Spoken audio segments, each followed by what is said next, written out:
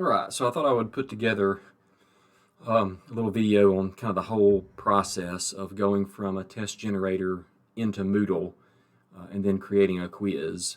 So this video might be a little long, but I think it captures the whole, it's going to capture the whole process from start to finish. So I need to create a quiz for my Human A&P students. So I've got my test generator open here. This is from Pearson.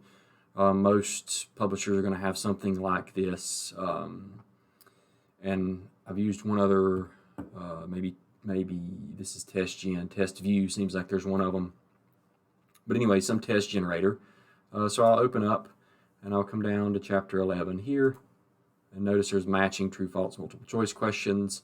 I can pick from several different multiple choice questions and put them individually over. And so the first thing I need to do is tell TestGen that I want to do a web test.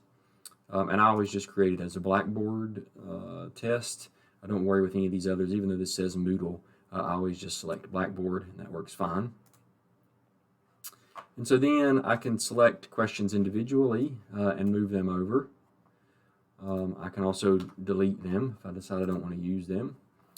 It'll also, so if I put a question over and then accidentally try to move it over again, it'll tell me that it's a duplicate and ask me if I want to continue, so I'll say no.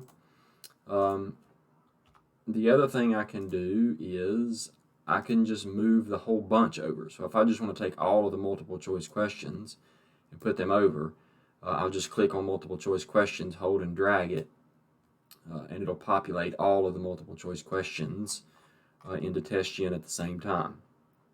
And so plenty of ways to do this. The matching questions, I don't use these too much in Moodle. You certainly can, however, because the way it uses them in Moodle, you need to group them together. Otherwise, it's going to have you try to match one picture with one answer, and obviously that doesn't work very well. So I try to stay away from these. I will put them on paper exams for students, but in Moodle I try to stay away from the matching. I also don't do the short answer or the clinical questions in Moodle, at least in this format, because again that requires me to come in and grade those manually. True false questions obviously you can use the same way as multiple choice. All right, so I've got my questions here in the exam view, so now I want to export it. So the way I do that is I just right click and go to export, and then I'll select as a Blackboard file, and then I'll give it some name, so maybe chapter 11 bio 168 quiz, and we can do spring 2020. And so then it'll ask me where I want to put this. And so right now, for ease of access, I'm just going to put this on my desktop. And again, call it Bio 168, Chapter 11, Quiz, Spring 2020. Quiz. All right, so I'll save those to my desktop. And so now, that's the questions that I want to use. So I'll just minimize that, and then I'll go and I'll open up Moodle. Right, and so now here's my 168 course. And so you'll see down here in chapter 11, I've got a place for a quiz, and I don't have a quiz yet. So I'll come over, let me move myself down a little bit, maybe down here in the corner. So I'll come over here to the admin and go to question bank, and then I want to import Blackboard,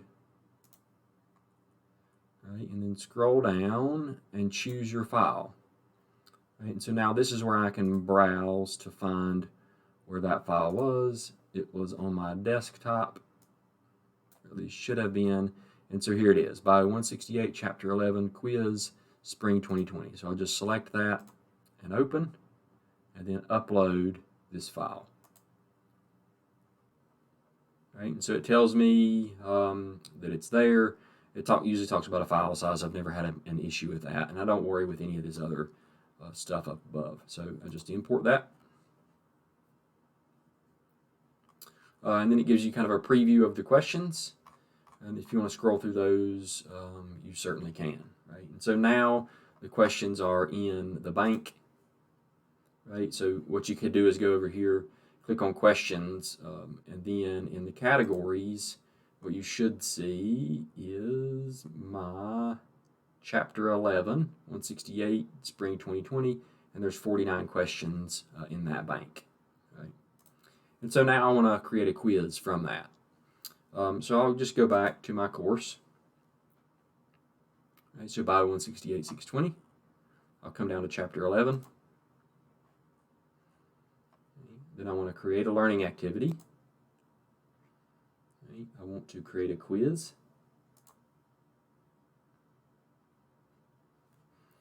And so I would call this chapter 11. I call them reading quizzes. It's hard to type around my microphone here.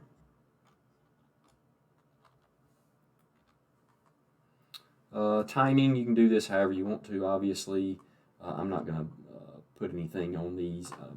I allow my students unlimited number of attempts and things like that, but there's plenty of things you can do here. One, I can categorize it as a quiz, give them unlimited attempts, keep the highest grade. Layout, I'm only doing 20 questions on these, so I just tell it to put it all on one page. But you can do 2 questions at a time, or every question, or 6 questions at a time, or 10 questions at a time. That's just the number of questions students see at any one time. So I just let them see all 20 at the same time on something like this.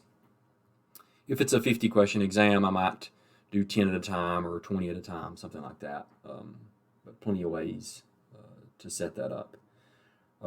Review options. So this is what students can see after they're done with the exam or after they've answered a question. And so for me, I never let them see the right answer because I want them to take this multiple times, and so I go and remove that. Now on exams, if this was a regular exam, after the quiz is closed, then I'll let them see the right answer.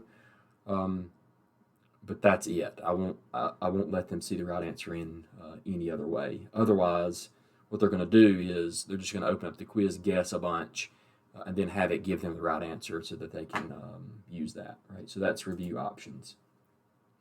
And I don't really mess with much of anything else here. Honestly, I just don't feel the need for any of that, right? So I put it in a category, I give them unlimited attempts, and I keep the highest grade. And then you can set due dates if you want to, and I'm just going to avoid that at the moment. Here in the description, you can type some things if you want to. So maybe if this is the first time students have taken this kind of quiz for you, give them some instructions here. We're in chapter 11 now, so my students kind of know what's up, so I don't worry too much about this. Remember, if you want them to see this in Moodle, make sure to click this display description on course page. Otherwise, they're not going to see that. They're just going to see chapter 11. Right? And so what this is going to do is just create kind of a template for the quiz. Right? So if I go to save and display now, right, you'll see it's no questions have been added yet. And so this is the point, at the point when I would add questions. You can add questions later. This is just how I do it, right? And so I would go edit the quiz, right? First thing I do is change this from 10 to 100, right? And then I want to add, and there's a few options here.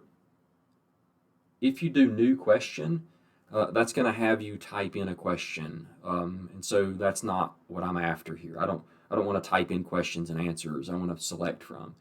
So if you go from select from bank, right? Actually, let me close this and just talk about it. If you go to from question bank, that's going to allow you to select individual questions that you want to put in, and it'll create a quiz that has questions that essentially don't move unless you want them to.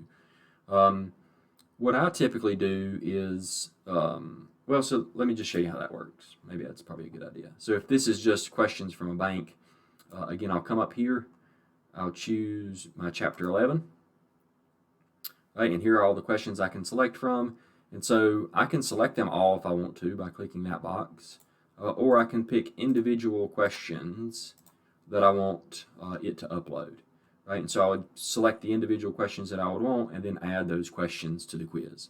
Right, and so that's one way to do it. Right, and so let me close that and show you what I do. For my students, I want them to have a random assortment of questions every time they open the quiz because I give them unlimited attempts. And so what I do is go a random question.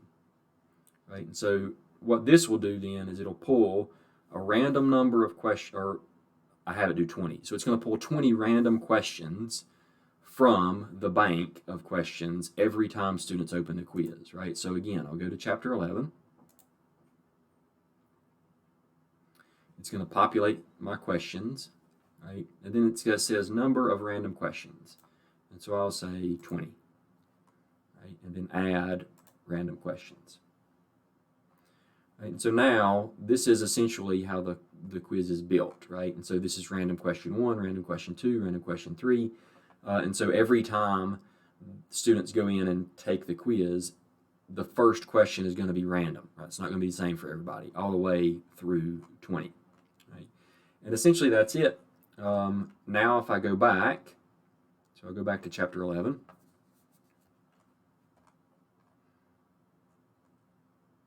Right, and there's my reading quiz. Right, so if I click on that, I'll preview my quiz now. Right, and so then I can just kind of come down through here and look to see what's up and make sure everything kind of looks good. Now you have to keep in mind this is only 20 questions, so it's certainly not all of them. Right. Another thing that I do, and so that's the quiz I'll leave here. Something else that I typically do is I'll go to my question bank,